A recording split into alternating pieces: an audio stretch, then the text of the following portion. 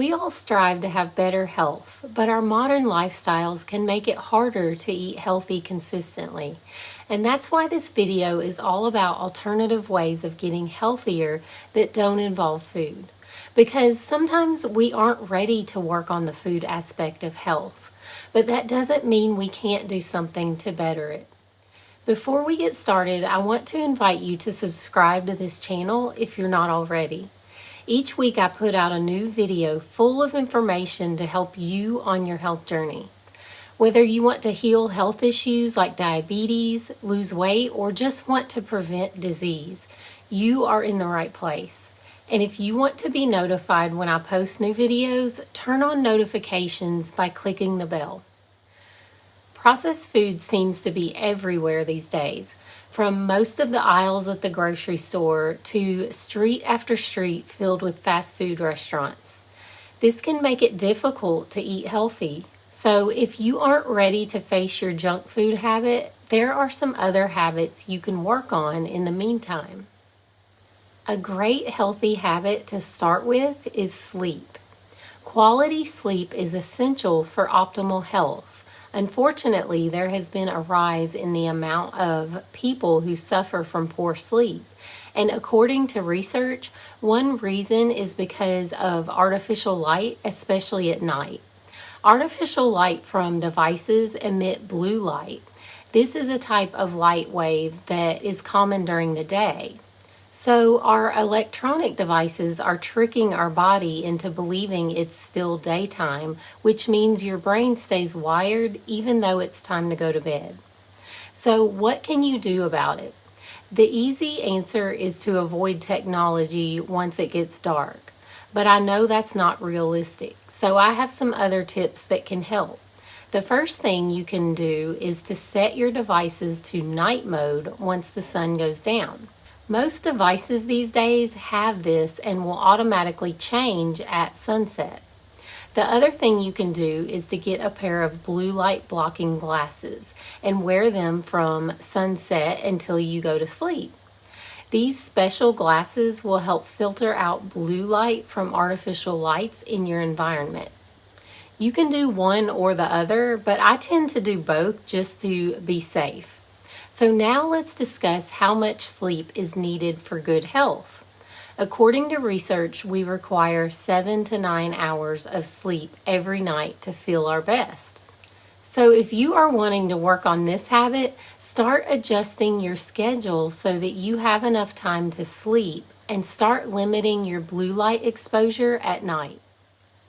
The next habit I suggest working on is lowering stress. Stress can take a major toll on your overall health.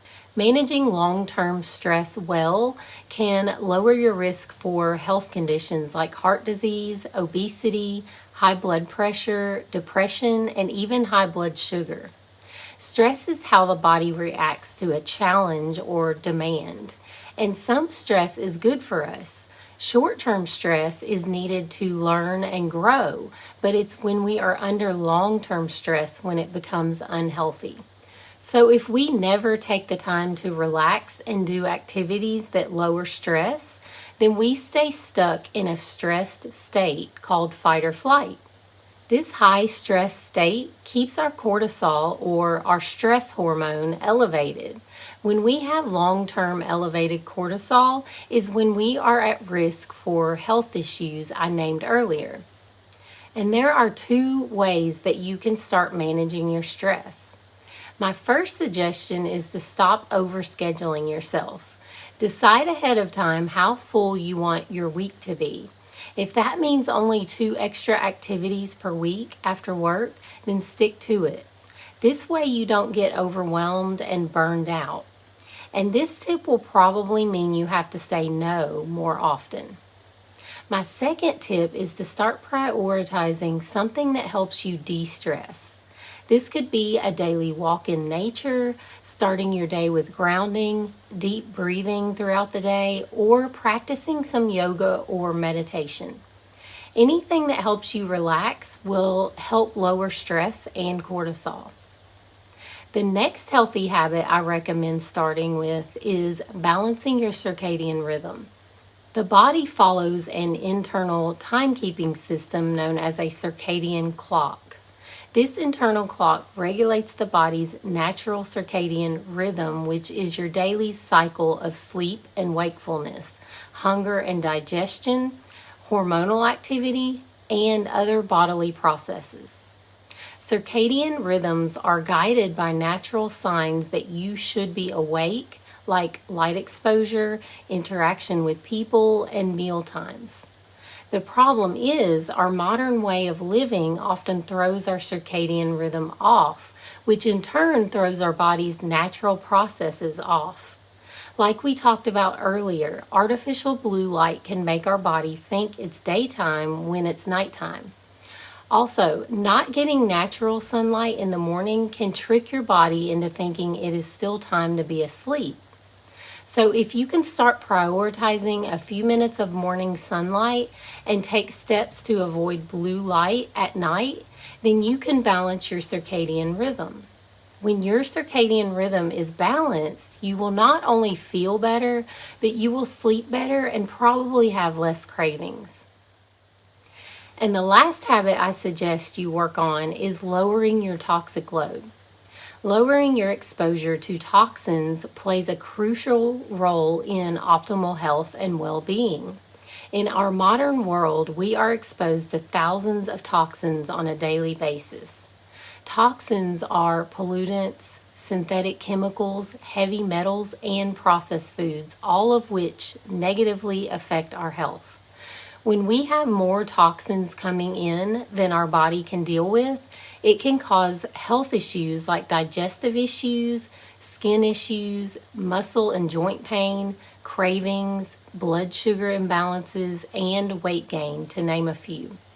Some great natural ways to start lowering your toxic load is to switch to natural cleaning products like vinegar and baking soda. Choose lower toxic beauty and body care products, and choose organic whenever possible. Another thing I recommend is downloading the EWG app and scanning beauty, household, and food products to see how toxic they are before you buy them. These 3 actions can dramatically reduce your toxic load, and you may notice some of your health issues going away on their own. And I want to add that I am not suggesting that if you do these other habits, you can get away with unhealthy eating forever. But I do understand that we aren't always in a place where we can work on the food aspect of health. So if you are in that place, work on these other healthy habits in the meantime. And let me know in the comments which habit you plan to start with. Also, if you are needing support and guidance on your health journey, click on my website in the description box to get more information about how I can do that for you. Don't forget to like and share this video, and I will see you next week with a new one.